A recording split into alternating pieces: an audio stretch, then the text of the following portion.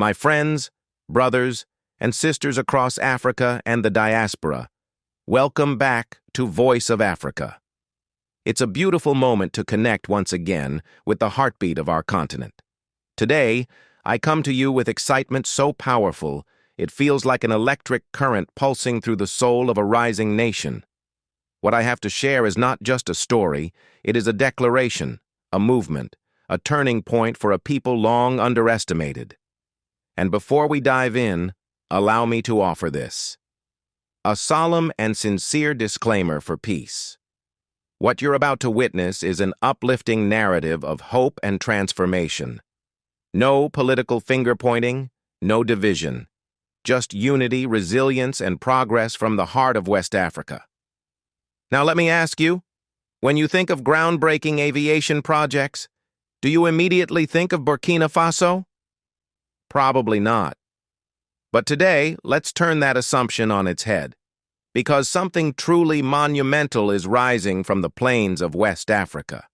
22 miles northeast of the capital Wagadugu, a symbol of national ambition and African pride is taking shape. Its name? Wagadugu Donsen International Airport, a name soon to resonate across continents. This isn't merely a transport facility. It's a living, breathing embodiment of what it means when a nation says, "We will rise on our own terms." For decades, Burkina Faso operated with an outdated airport, Thomas Sankara International, built during a different time for a much smaller city. That airport, once useful, became a liability.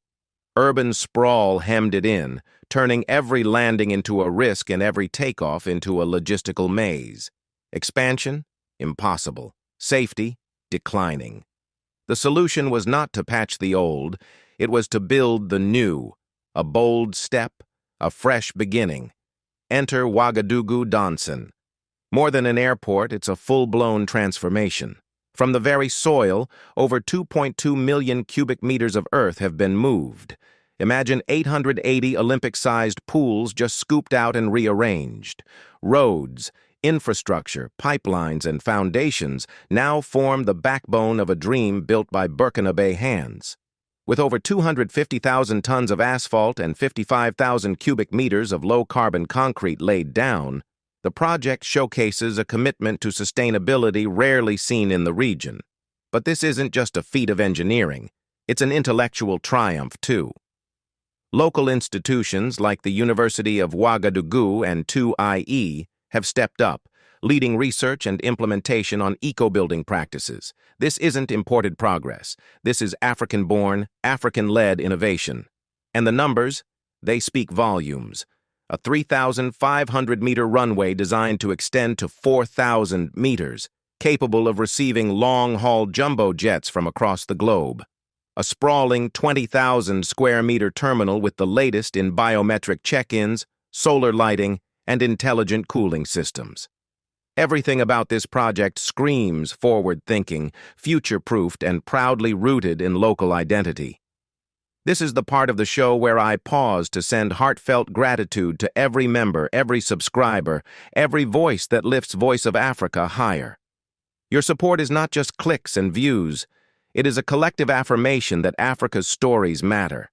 You allow us to showcase the brilliance, not just the struggle. So thank you for liking, sharing, subscribing, and especially for those who go the extra mile with super thanks. You are truly the wind beneath the wings of this movement. Back to the runway and the people shaping it. Thousands of Burkina Faso have already been employed through the project. Engineers, masons, technicians, vendors, and local businesses. Each job is not just an income, it's a step toward dignity, empowerment, and national pride. And once the airport becomes operational, opportunities will explode across hospitality, aviation services, logistics, and retail. There will be chefs, tour guides, ground staff, and cargo handlers, all working to ensure Burkina Faso stays connected to the world. But more than anything, this airport has become a national unifier.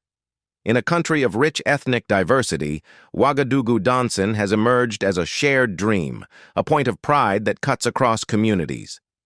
Tourism? It's expected to soar. With a dedicated wing for international visitors, Burkina Faso's hidden gems, from the film festival FESPACO to sacred cultural sites and breathtaking natural reserves, will finally shine on the global stage. Trade? That too is taking off. The airport's cargo zone, coupled with improved logistics and customs systems, will allow farmers and miners to reach markets faster and fresher. And beyond the airport, a new smart city, Donsen Era City, is already in the planning stages.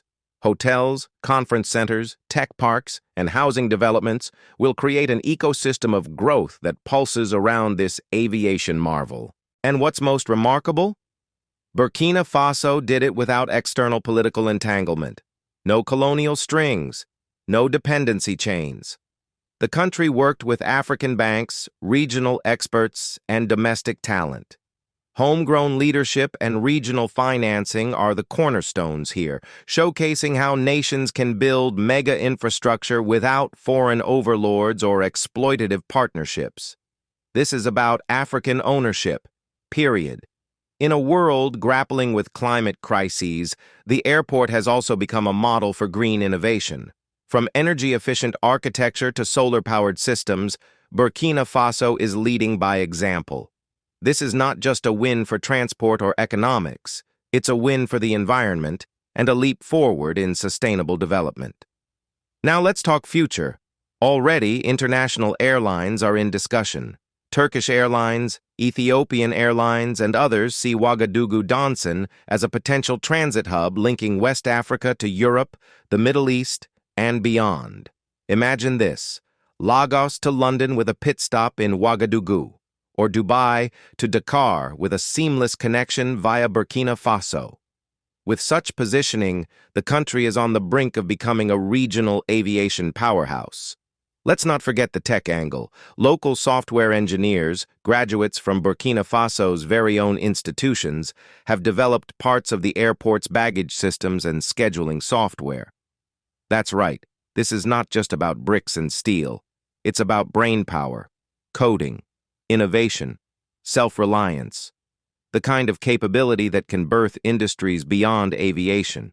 Think cybersecurity, app development, and smart infrastructure. Projections suggest the airport and its ripple effects could boost the national GDP by 7% annually. That's no small figure. And it won't just benefit the big players. Picture a woman who sells hibiscus juice on the edge of town. 1 year from now, her bottled drinks could be stocked in airport lounges.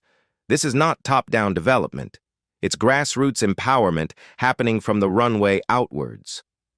Of course, challenges remain. Maintaining such a massive project will require commitment. The workforce will need constant training and upskilling.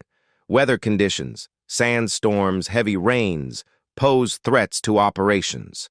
But the government has already taken steps, launching new aviation academies and strengthening civil aviation authority frameworks. The focus is not just on launch, but on longevity.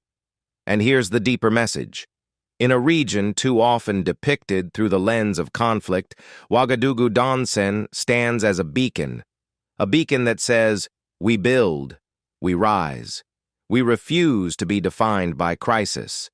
When the first planes lift off from Donsen, they won't just carry passengers. They'll carry the hopes of a continent. They'll declare that Burkina Faso is not just participating in the global economy, it's shaping it. That it is not asking for permission to be great. It already is. As we close, I ask you this. If this story stirred your soul, if it filled you with pride, don't let it stop here. Hit that like button, subscribe to Voice of Africa, and share this story with someone who still doubts Africa's potential. Let them see what we already know, that the future is here, and it is African. Wagadugu Donsen International Airport is not just a project, it is a prophecy fulfilled. And the journey? It's only just beginning.